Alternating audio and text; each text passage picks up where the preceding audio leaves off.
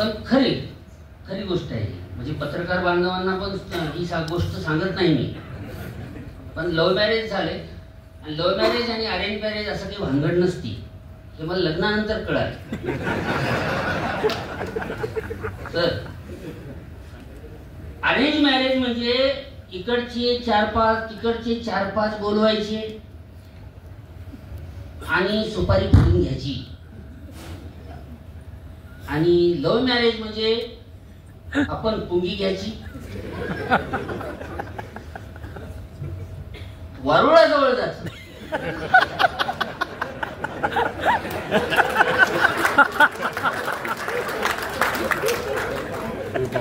पुंगी वाजवायची वाजवायची वाजवायची, तिला म्हणायचं ये बाहेर ये बाहेर ये बाहेर, आणि ती बाहेर आली की मग म्हणायची तिला हा साप. साधी गोष्ट आहे. त्याच्यामुळे लव्ह मॅरेज अरेंज मॅरेज अशी काही गोष्ट नाही.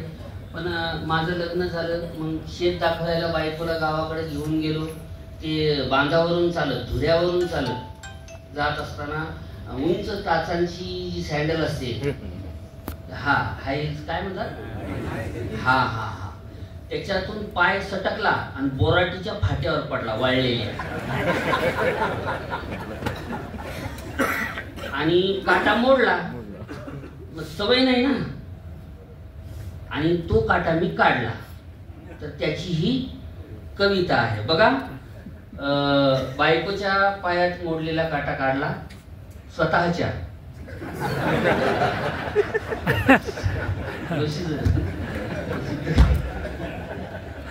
नाही, गैरसमज होतात हो. माझा मित्र मोबाईलवर बोलत होता, 15 मिनिट झाले, 20 मिनिट झाले, अर्धा तास झाला. मी बोल बोलायलाच कुणाला, ते बायको. मी बोल बायकोला एवढा वेळ बोललं जाऊ शकतं, त्याने आपली थोडीच आहे.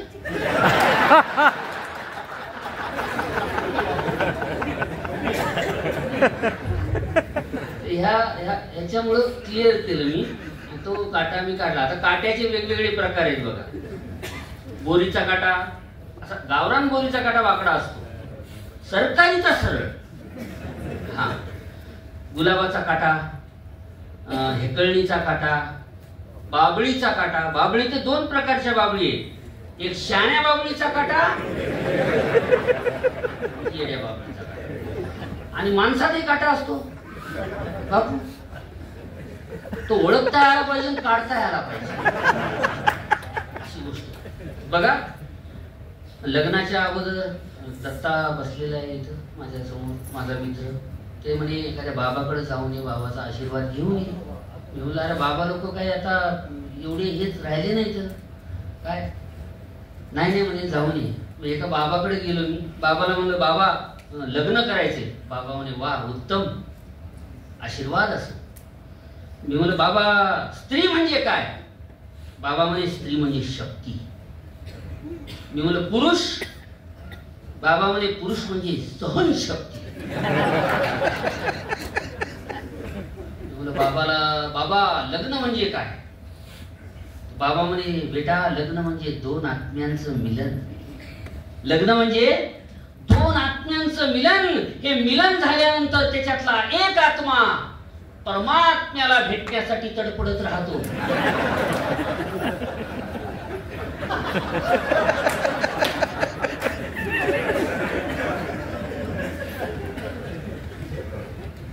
लग्नानंतर याची प्रचिती आली मला.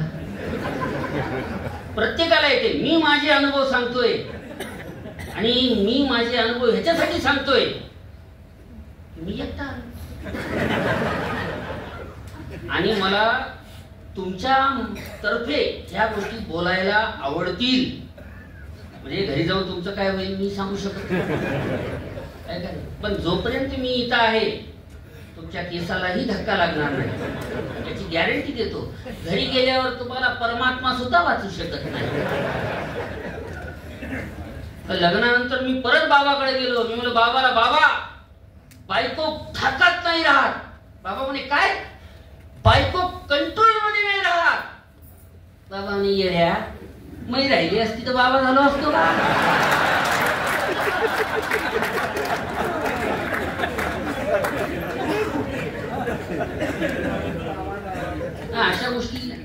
होतात हो, आणि घडलेले आहेत. मी काय हे नाही सांगत असं. बघा, पाया मंदी चालतो ग सखे बोराटीचा काटा, तुझ्या पायातली सलत्यात महानिमा वाटा. अर्धांगिनी वाटून घेतलं पाहिजे. तुझ्या पायातली सलत्यात महानिमा वाटा, पाय नाजूक साजूक राणी कापसाच्या वाणी. सुरुवातीला असं वाटतंय काही दिवस सुरुवातीचे लुसलुशीत मऊ, नंतर दगडाची होते. पाय नाजूक साजूक राणी कापसाच्या वाणी, तुझ्या पायाला फुलली बघ काट्याची गाणी. काट्यानेच काटा काढू, काट्यानेच काटा काढू, जरा होईल गईचा. राणी काट्याला मी देतो बघ काट्यानेच सजा. अशी लंगडू नकोस घडी भर बस राणी. काटा मोडल्यानंतर माणूस लंगडतो ना, चित्र बघा, जस्ट इमॅजिन.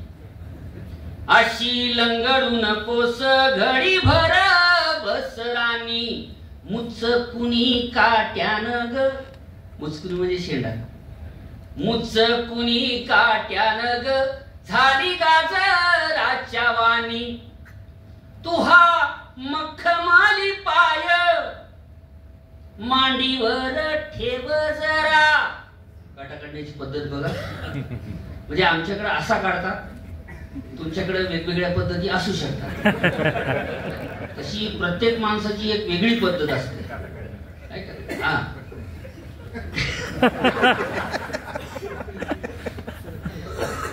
तुहा मखमाली पाय मांडीवर ठेव जरा.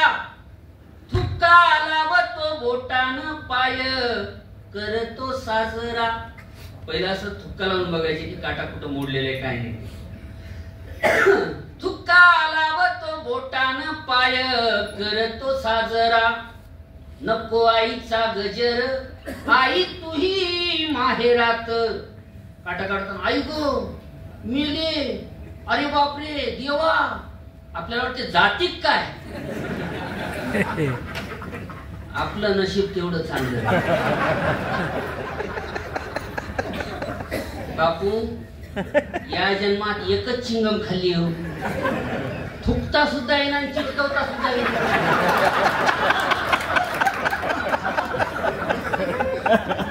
आणि ती मला कुठं कुठं चिटकायला लागलीये. एक दिवस तर कमोडला होतो मी, टिकली.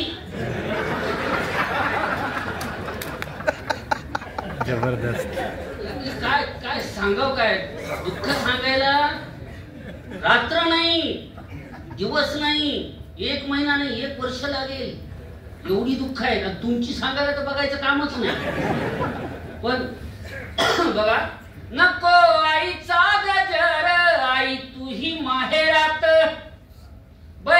शेजारी पाजारी गळच बघतात. बघ निघाला ग काटा धर तळ हातामंदी. काटा काढल्यानंतरचा हा खेळ आहे. लहानपणी ज्यांना काटा मोडलेला आहे त्यांनी हा खेळ खेळलाय. आणि ज्यांना लहानपणी काटा मोडून हा खेळ खेळता आला नाही त्याच्यासारखा दलिंदर माणूस अशा माणसाला 4 मजली इमारतीवर घेऊन जायचं, मुंडक्यावर सोडायचं. आर्वे सरांच्या समोर सांगतो ही गोष्ट. गेला नाही परत घेऊन जा, परत सोडा, तरी नाही मिळा ठेचू ठेचू मारा. जगतो कशाला? म्हणजे ज्याला गुलाबाचा सुवास येत नाही, चिच म्हणल्यानंतर, चिच बघितल्यानंतर ज्याच्या तोंडाला पाणी सुटत नाही, अशा दलिंदर माणसानं जगून काहीच पाहिजे, त्याला पटकन मरून जा, अशी गोष्ट आहे. बघा लहानपणीचा खेळ आहे. आणि खेळ खेळ कोण खेळतात माहितीये का? जी प्रेम करतात ती माणसं खेळ खेळतात. जी माणसं प्रेम करतात तीच माणसं खेळ खेळतात. जी माणसं प्रेम करत नाहीत ती माणसं खेळ खेळत नाहीत. त्याचं उत्तम उदाहरण सांगतो मी. मला कळत सुद्धा नव्हतं. आमच्या शाळेच्या भिंतीवर बोलत पिंपळाचं पान होतं, त्याच्यात रामाचा पान होता. पानवाल्यांना सांगायला पाहिजे ही गोष्ट. मी म्हणायचो हे नेमकं आहे काय? ही कला आली कुठून? पण खेळ खेळणं हे महत्वाचं आहे. जी माणसं प्रेम करतात तीच माणसं खेळ खेळतात. तुम्ही प्रेम करता का? करता का? प्रत्येक माणसानं प्रेम केलं पाहिजे. प्रत्येक माणसानं प्रेम केलं पाहिजे. प्रेम करणं हे जिवंतपणाचं लक्षण आहे. पण सगळ्यांनी मिळून एकावर नाही करायचं. आपली शाखा पुढे असली नाही पाहिजे. आपली शाखा आपली असली पाहिजे. माईकवाला आहे का कोणी इथं? आहेत का? एक मिनिट बोल द्या फक्त. या माईकची सेटिंग व्यवस्थित नाही. नाही काय नाही, त्याला येऊ द्या, मी सांगतो त्याला. सेटिंग करून घेतलेली बरी असते. लोकांचं आयुष्य जाते सेटिंग करण्यामध्ये, तरी होत नाही. म्हणून बघा लहानपणीचा खेळ बघा. बघा निघाला ग काटा धरतळ हातामंदी. बघा निघाला ग काटा धरतळ हातामंदी. पापणीच्या केसान ग त्याला कर जाय बंदी. चोर आहे का पोलीस हे कळायला पाहिजे. पापणीच्या केसान ग त्याला कर जाय बंदी. बघ मुच्च कुणी काटा केलं दोघाला बेजार. बघ मुच्च कुणी काटा केलं दोघाला बेजार. रोज मोडावेत तुला, रोज मोडावेत तुला काटे हजार हजार. तू ग नाजूक हरणी. म्हणजे लेकीवळी माहेरला आल्या की आज्या पंज्या मावश्या म्हाताऱ्या कोताऱ्या अशा जवळ येतात, माया करतात. काय म्हणतात त्याला, आला बला. लग्नानंतर कळालं ते आपल्यावर मोडलेले असतात.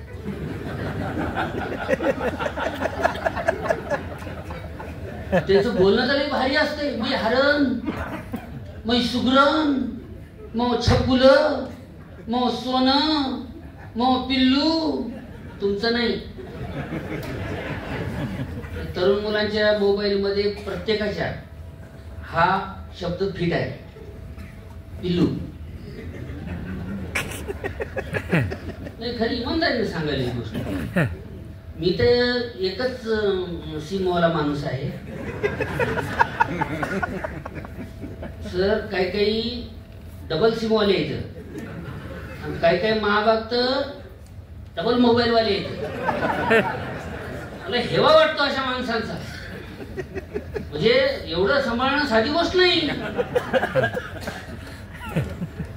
त्याचं बोलणं सोनं पिल्लू, त्याला काय माहित आहे हा आतंकवादी कारवाया करून इथं आलेला आहे म्हणून. सहन तर आपल्याला करावं लागते. आलेत का? त्यांना म्हणा फक्त थोडा इको वाढवा.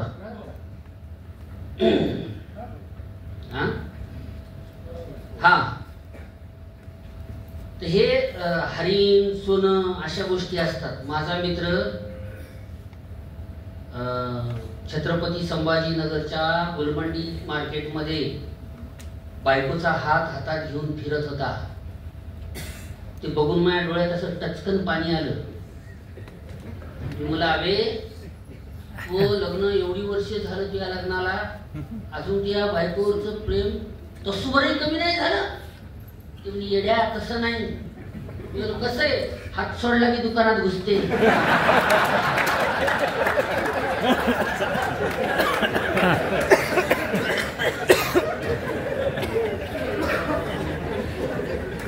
त्या दिवशी माझे डोळे असे खटकन उघडले.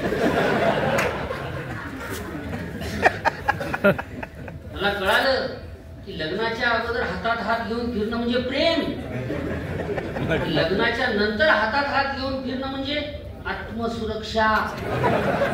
आपण सांभाळलं पाहिजे.